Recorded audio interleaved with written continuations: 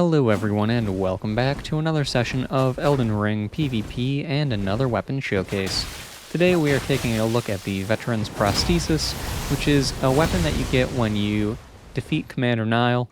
He is located in Castle Sol, and I'll have an image on screen showing the location of the castle.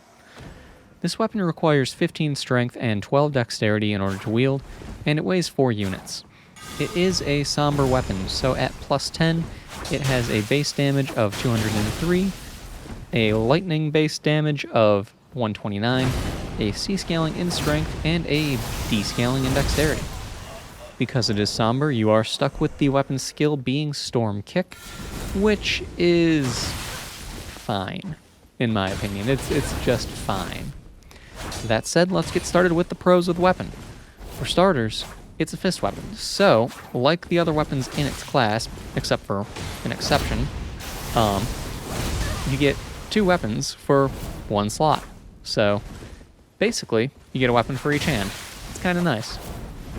That said, with those weapons, I suppose we can say that it's 2, you have really great fast attacks. It's a great moveset on this thing. The two-handed running R1 is phenomenal. It's a great attack. It's the bread and butter of the weapon. You're going to be using it a lot because it covers a good amount of distance, it's quick, and it deals piercing damage, which means, of course, that the physical aspect of the weapon works with the Spear Talisman. That said, another good attack to use in order to really go for those counter hits with the Spear Talisman would be the two-handed jumping R2. You'll see me use it a lot throughout this video. And even the skill Storm Kick, its initial hit where you bring up the storm and slam the weapon into the ground, that also does work with the Spear Talisman. That also does count as piercing damage, so that's good. Aside from that though, the moveset is good regardless. Your backstep R1 when two-handed is also a great attack, especially if you do a little ravioli step beforehand to approach your opponent. It covers a great amount of distance, comes out quickly, and deals a decent amount of damage. Overall, it's pretty fun to use, and that's really another important fact with using any weapon. I like this thing. It's a very satisfying weapon to fight with, to get kills with, and the damage on it is decent regardless of if you do hit with a counter or not. So it's something that a lot of people tend to underestimate when they see you using a fist weapon. They don't really think it is as dangerous as it truly can be. So you can take advantage of that. That said, there are some cons of the weapon. First and foremost, standard fist weapon cons would be that they don't stagger opponents easily. They also don't have the longest reach. That said, this one is a bit of an exception. There are shorter ones, there are longer ones in the class. This one's kind of middle of the road on that. I still stand by what I said. The reach is not great, especially compared outside of its class. The other cons of the weapon, I would say, would be that this is actually the heaviest weapon in the fist class.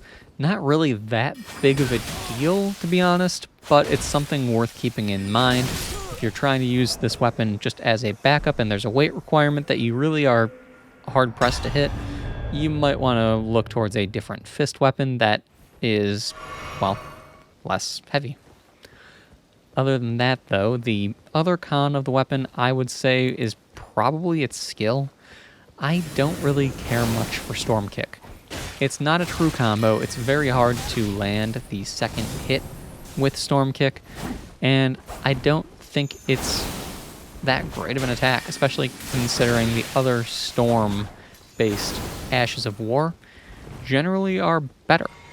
With this one in particular, I feel like a big issue that it has is the range of the initial storm when it starts, being a thing. It's not that wide of a range of a storm that is in that circle around you. So that means that it's pretty hard to hit with the attack. I've had people that they look, to me at least, like they're inside the storm and the hitbox just isn't there for it. So that's something you really need to be mindful of. You really need to be basically right on top of your opponent in order for that initial part of the Storm Kick to actually do anything at all. So that makes it hard to use, and I feel like it's not really even worth using in most instances, especially compared to the other parts of the moveset. The running attacks are just too good to pass up. Backstep attacks are also too good to pass up. And overall, Storm Kick doesn't really feel like it has a good place with this weapon. That's just my 2 cents on the matter, but let me know what you guys think. That all said, it's a fun weapon. I enjoy it. I like the way that you can take advantage of opponents underestimating you, and I like how surprisingly high of a hit you can land with this thing if you do land a counter hit. It really is pretty darn good for something as fast and as light as it is. It's something people really, myself included, underestimate. Even while I'm using this thing, I don't expect to see 800 damage hits from a fist weapon. That's absurd. Why would a fist weapon hit over 500? And yet, you hit 500 with this pretty frequently. The reason being, when you are two-handing, so to speak, and you have the second prosthetic on your other hand, you hit with both weapons. So the damage gets stacked up, and that's where the danger comes in. If it were just a single weapon and I was using this weapon one-handed with a shield, not even close to being as dangerous. But the second you have a second one on your other hand, that's where this weapon starts to shine, because you are doubling up everything. That can also be a downside if you miss with one of them as you're doing your attack. So keep that in mind, play a little carefully with it, but if you can land a hit with both weapons at once, that's pretty darn good.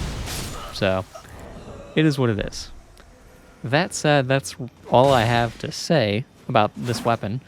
There's a single fight left in the video after this one right here. Hope you guys enjoyed the video, found it helpful in one way or another. Leave some suggestions on weapons you want to see next. Of course, I will be doing the Anchor, but after that, what do you guys want to see? The only other weapons I have in mind at the moment are the Gargoyle Twin Blade and the Serpent Hunter, which will be a fun combination of weapons to use. But aside from those two, leave some suggestions. I'll take them in mind, I'll add them to my list. That all said, thank you all for stopping by. Do all the YouTube things, like, subscribe, all that good stuff, and I'll see you guys next time.